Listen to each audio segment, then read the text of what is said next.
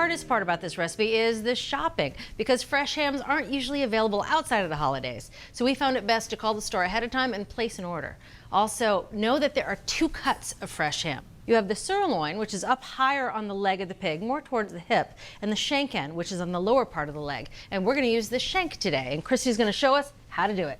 We are using this big old shank. This is 8 to 10 pounds.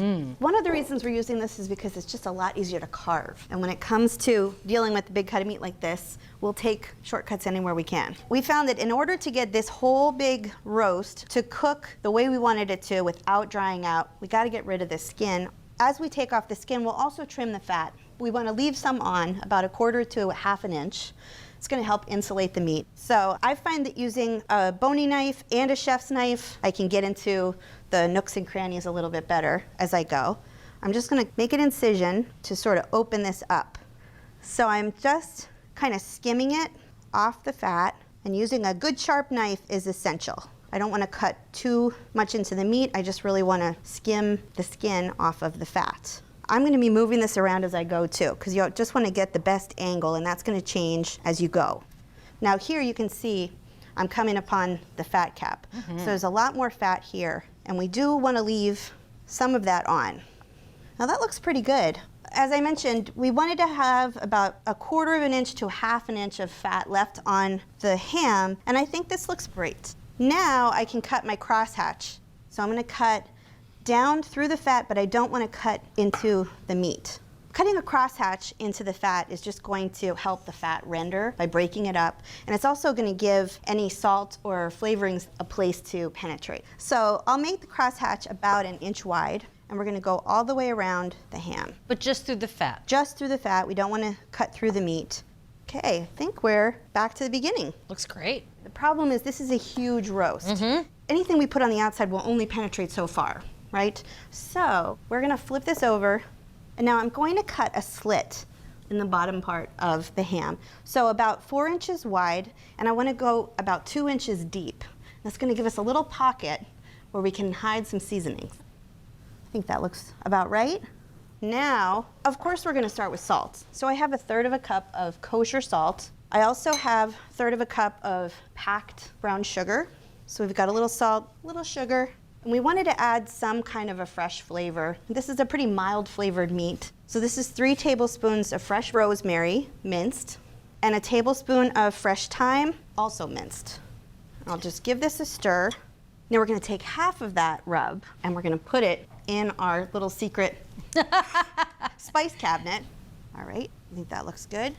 Now I'm going to tie it just to kind of keep all of the muscles together, because as this cooks, it definitely gets even looser than it is now. We want it to stand at attention, and we want it to stay together so it's easy to move into the oven, out of the oven, onto a rack. Makes sense. I'm just going to tie this around the widest part. You don't have to tie it really tightly, you just want to give it a little support. All right, now I'll take the rest of the rub and we'll put it all over the outside. All right, this is a well-loved ham right now.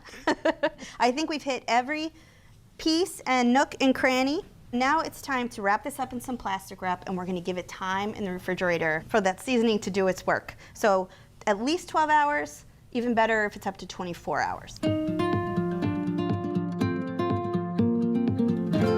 Julia, it's been 24 hours, but we're not ready to go in the oven just yet. This roast is made up of so many different muscles and so much fat that it's really hard for it to cook evenly.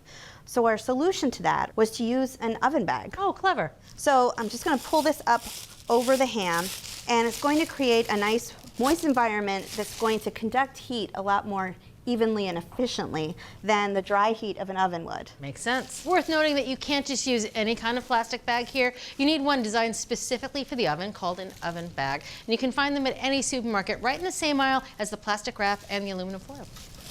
Now I'm going to put this in my V-rack. So I don't want it sitting right down on the bottom of the roasting pan. The V-rack is elevating it and allowing air to circulate underneath it, and that's also going to help with more even cooking. Okay. One little thing. I'm going to cut a little slit. Right, because if you didn't, that bag would really blow up and almost be a little ham bomb. We don't want a ham-plosion. About 1/2 inch will do it. So now we're all ready to go. The oven rack is set at the bottom position, and it's set to 325 degrees. Okay, nice and low. We're gonna cook this for 3.5 to 5 hours. The long time, the low temperature, and this moist environment are all gonna work together to give us rendered fat, break down the connective tissue into gelatin, which is gonna keep the meat super tender and moist. Sounds good. We're looking for a final temperature of 160 degrees.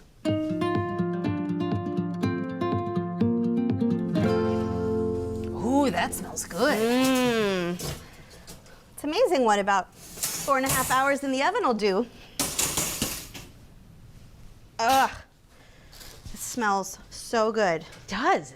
Remember, we were talking about getting temperature of 160 degrees. So I want to go in close to the bone, but not touching the bone. All right, so I'm going to go over on this side where it's nice and thick, and we got 161. Nicely done. So that looks good.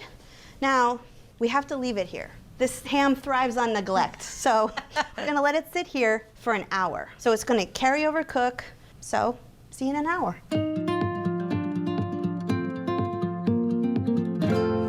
Julia, the best part of any ham, as far as I'm concerned, is the glaze. Ooh, yeah, 'cause it gets all sticky on that nice roasted fat cap. Yeah, so we are not going to forgo the glaze on this ham. I have 2 tablespoons of molasses, 2 tablespoons of maple syrup. I'm also adding a tablespoon of soy sauce, a tablespoon of Dijon mustard, gives a little tang, balance out the sweet, and then just a little bit of heat with some pepper. This is a teaspoon. I'll just whisk this together. I don't think a glaze could get much easier. Now, it is time to free our pork from its oven bag prison. Now we can finally cut it open. Oh, look how much the meat has shrunk and those bones really have exposed. Looks very different. And I'm just gonna use my tongs to kind of get this out. Now be careful because all that ham juice is still in the bag. They're gonna be part of our sauce. So I'll take my glaze and I'm only gonna brush half of it on the ham right now, all over the place. And it's a pretty loose glaze, so it goes on really easily. Julia, I've turned up the heat of the oven to 450. And we'll put it in the oven for 10 minutes, then I'll take it out and put the rest of the glaze on it, pop it back in for another 10 minutes. All right. So 20 minutes total.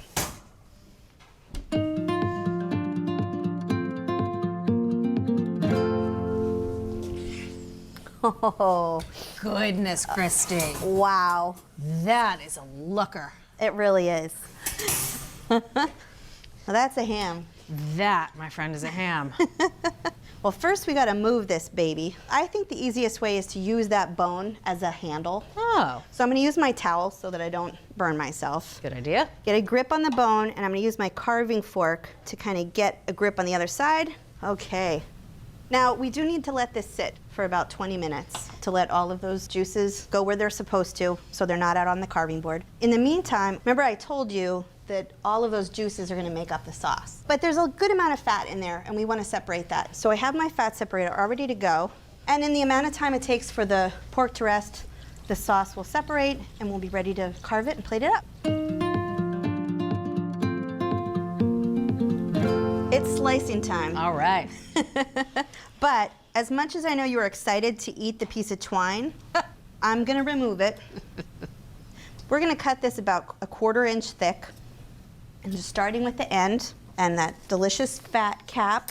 Oh, this smells so delicious. Look how moist and juicy that is. And there's our spice pocket, our hidden treasure trove of flavor. Look at that. I think we can probably start plating this. Oh, those little bits. Don't forget, Right. we have those juices that we separated the fat from, and we're just gonna add some of that. Look at that. Ooh, just a little moisten. Yes. You added nothing else to those juices. You just defatted them and put them in this gravy boat. Just the great flavors from the pork itself and the glaze. Oh, goodness. That is like the best little bite of something bacony I've ever had.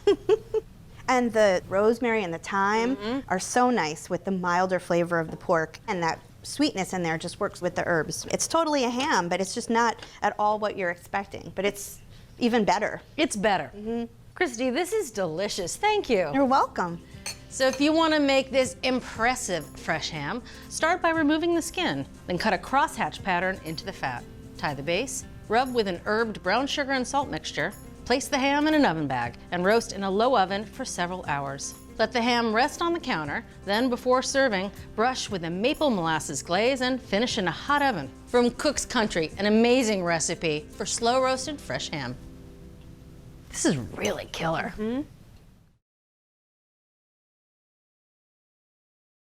Thanks for watching Cook's Country from America's Test Kitchen. So what'd you think?